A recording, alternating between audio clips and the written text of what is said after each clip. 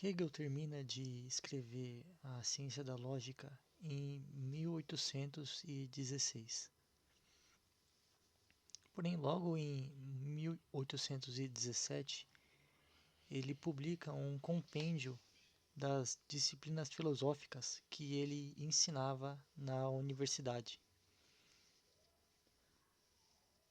Nela são delimitadas as três partes do sistema: a ciência da lógica, a filosofia da natureza e a filosofia do espírito. Como o conteúdo da ciência da lógica ele é mais sucinto aqui, eu vou pular diretamente para a filosofia da natureza.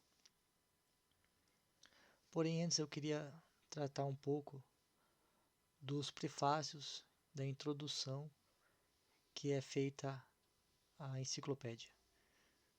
Houve uma primeira publicação em 1817, uma segunda 10 anos depois e uma última 1 ano antes de sua morte. E nelas há como que uma escalada do tema da religião, ficando cada vez mais importante. E é o que eu vou acabar ressaltando aqui nesses comentários. Essa divisão, essa escalada, revela também um pouco da própria trajetória hegeliana. No início da sua carreira intelectual, ele era muito crítico à religião do seu tempo e ele era muito empolgado com a Revolução Francesa. Então podemos dizer que era uma época extremamente ácida e até mesmo ateia dele. O período da fenomenologia até a ciência da lógica é uma negação da... Pode-se dizer que é uma síntese e depois uma negação do período napoleônico. Como a negação da ordem vigente feudal operada por Napoleão no plano militar, ele seria quem iria operar essa revolução sobre a metafísica do ponto de vista filosófico.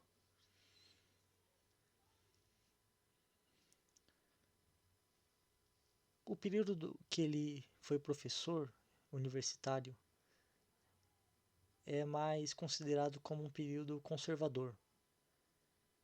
Ele recebeu apoio do rei da Prússia, então alguns acusam ele mesmo de ser um defensor do regime. É algo que não vai ficar tão claro agora na enciclopédia, mas será mais nos princípios da filosofia do direito. E após a morte, o debate principal que se estabeleceu entre os hegelianos de direita e de esquerda era sobre a religião. Boa parte das aulas ministradas por Hegel versava sobre esse assunto. Então, os hegelianos de direita, que foram quem assumiu os postos da universidade após a morte do mestre, eles diziam que aquilo era algo real, que as concepções de Hegel se tratavam de uma fé sobre um Jesus que existiu, que ressuscitou, que enviou seu espírito aos apóstolos.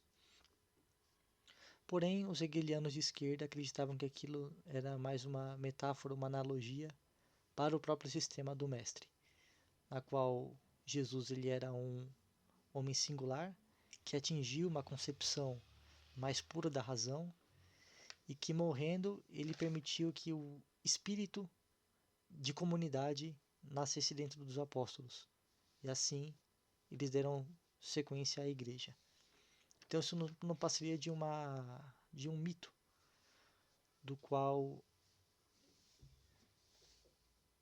a materialidade do processo histórico deveria ser mais compreendida, do qual vai resultar em Feuerbach, que vai diretamente negar o cristianismo, até Marx, que vai usar a dialética hegeliana para entender o processo histórico puramente material.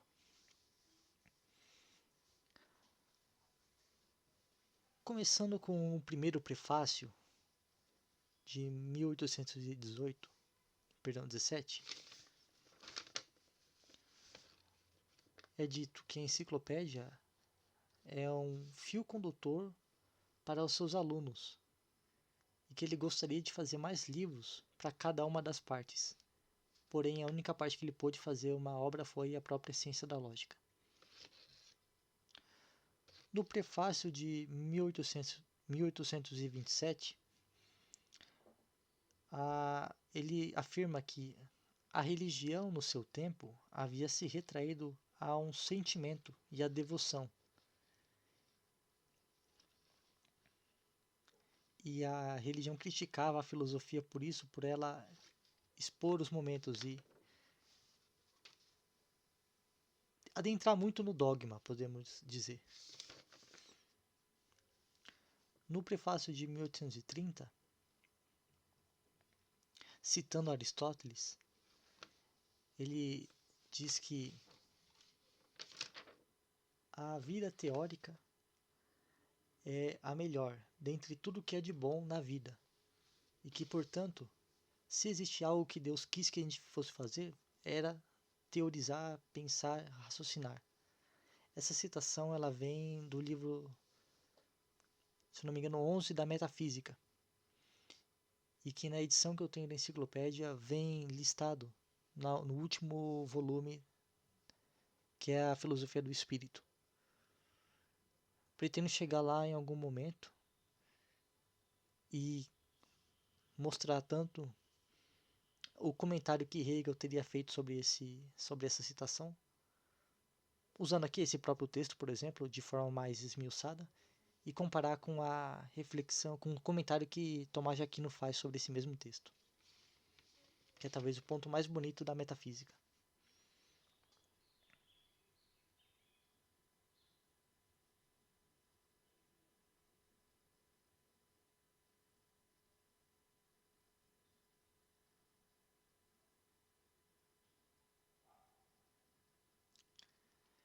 Na introdução, que a gente pode datar, né, de 1817, é dito, né, que a filosofia ela não tem um objeto próprio. Ela é apenas o pensar do real, efetivo. E aqui aposta a diferença do pensar, do racional como efetivo, sendo o racional não uma mera quimera do cérebro humano, nem como algo absolutamente separado, mas que a efetividade, a realidade, ela é racional em si mesma. E que havia uma citação atribuída a Aristóteles de que não existe nada no intelecto que não esteja nos sentidos. Hegel concorda com essa frase, mas ele afirma também o oposto, que não existe nada no sensível que não seja também obra do intelecto, ou se preferir do nous, do espírito.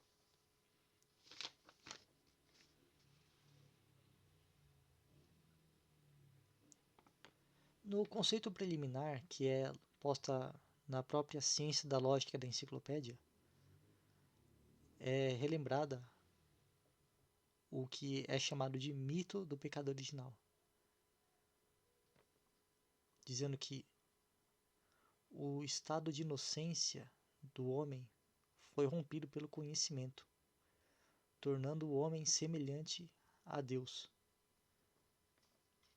Pelo homem não poder tomar também do fruto da árvore da vida, é mostrado que pela vida material, carnal, o ser humano ele é um ser pequeno, um ser não com não tanta importância, mas pelo conhecimento, pelo pensar, o ser humano ele é infinito, como Deus.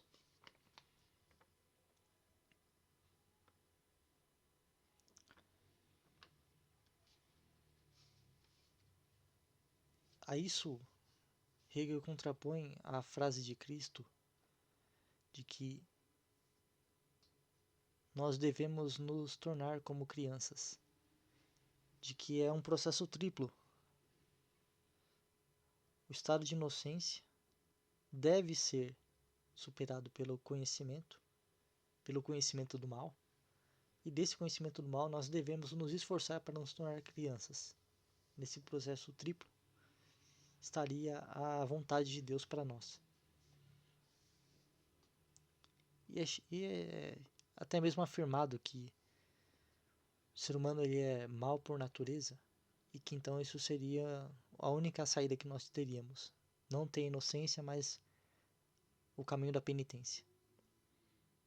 Essa é uma doutrina propriamente, poderia dizer, calvinista, mas talvez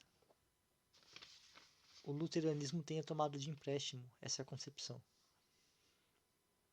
No catolicismo existe uma divisão bem clara de um estado de inocência que santos conseguiram preservar durante a vida.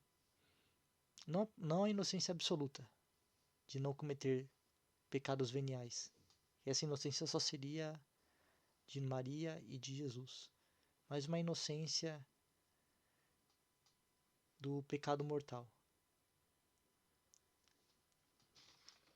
A partir da doutrina da prevaricação universal de Calvino, o ser humano ele não pode fazer nada de bom a partir de si mesmo.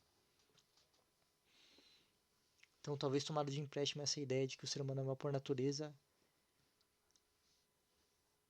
vem essa concepção de que só pelo conhecimento do mal e pela conversão o ser humano atingiria Deus.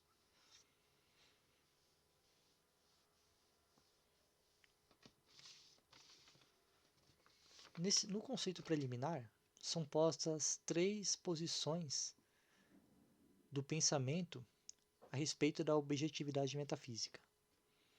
A primeira é a antiga metafísica, nas quais as determinações abstratas do entendimento eram usadas para predicar todas as coisas. Então, os escolásticos, eles brincavam muito com os termos como uno, bem, em si, infinito, separado. E essa seria a primeira posição do entendimento puro. A segunda seria a posição tanto do empirismo, de, por exemplo, John Locke, e a do criticismo de Kant. No empirismo, é buscada, em contraposição à antiga metafísica, a concretude da experiência. Separa-se e diferenciam-se as características dos objetos, tendo como uma riqueza imediata essa multiforma do sensível.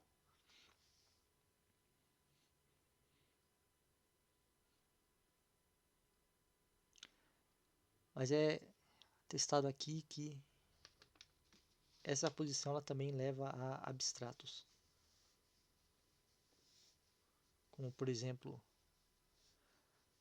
a diferença entre qualidades primárias e secundárias. As qualidades secundárias elas são puramente abstratas: cor, cheiro, sensação, tonalidade. Tudo isso também é tão abstrato quanto as concepções metafísicas. Segunda posição, a do criticismo, ela examina essas relações do pensamento que o empirismo usava.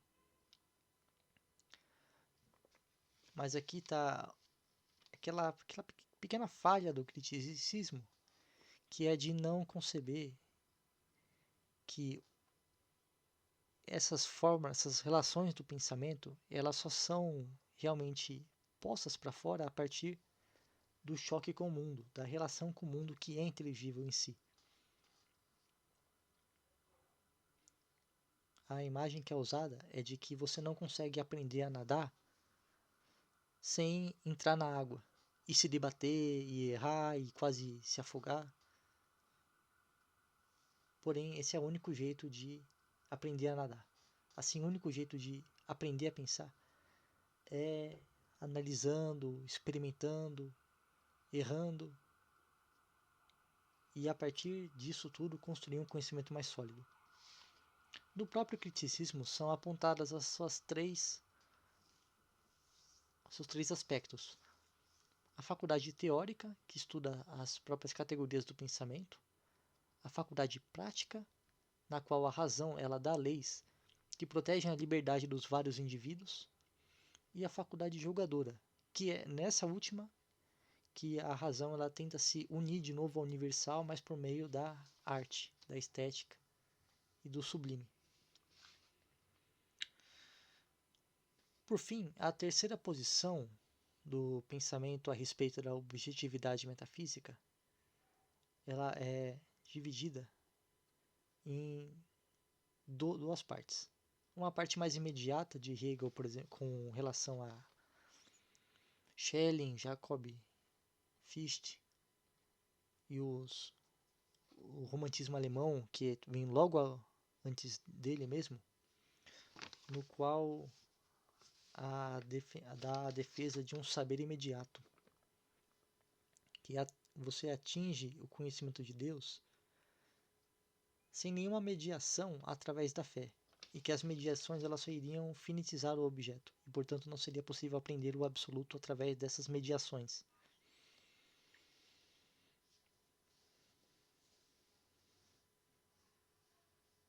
Mas aqui é posta também aquela refutação básica que todo ateu faz ao religioso, de que, por exemplo, é com essa fé cega que um hindu ele atribui divindade ao macaco, à vaca, ao Dalai Lama e ao Brahmani. É abstrato também ao imediato. Então, se a fé pode dar alguma verdade, não seria por esse meio, do imediatismo. E aqui chegamos ao próprio conceito mais preciso da metafísica, que é o do próprio Hegel.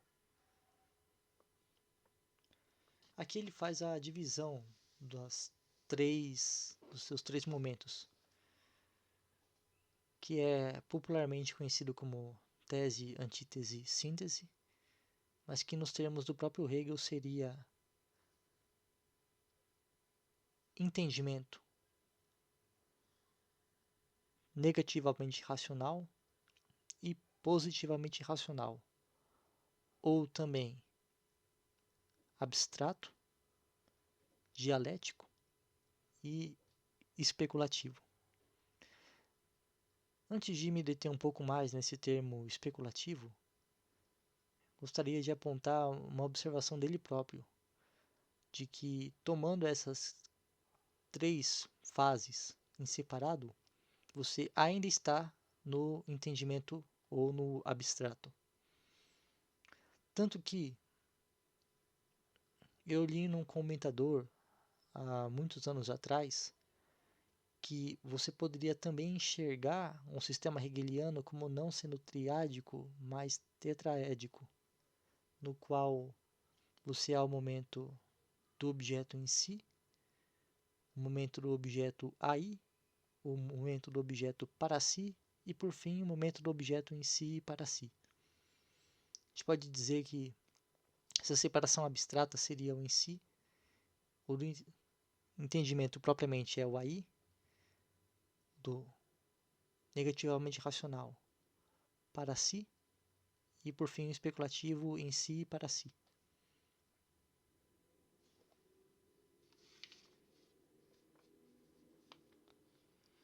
Com a divisão da própria lógica, ele descreve como sendo mais ou menos assim também. A primeira parte do sistema, a doutrina do ser, seria o conceito em si. A segunda parte, a doutrina da essência, ou mais precisamente o seu aparecimento, a diferenciação entre a essência de um lado e o aparecimento do outro, como o conceito aí, o conceito num outro, e por fim, o conceito nele mesmo em si para si. Agora falando um pouco sobre o especulativo propriamente, é citado que ele tem semelhança com um antigo termo místico, no qual, por exemplo, um santo está em profunda união com Deus, mas o humano ele é limitado, Deus é ilimitado. Então, portanto, como que esses dois seres tão diferentes podem estar unidos? É pelo especulativo, pelo positivamente racional que você apreende essa divisão que no entendimento só pode ser considerada como sendo verdadeira, separando-se os dois momentos.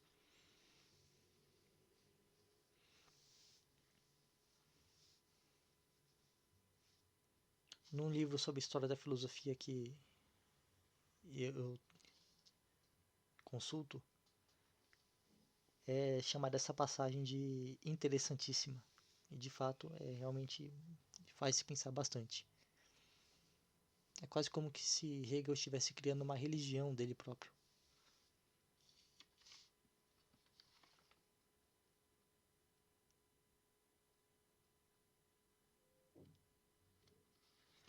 Então, acredito que por enquanto foi isso. Obrigado pela atenção.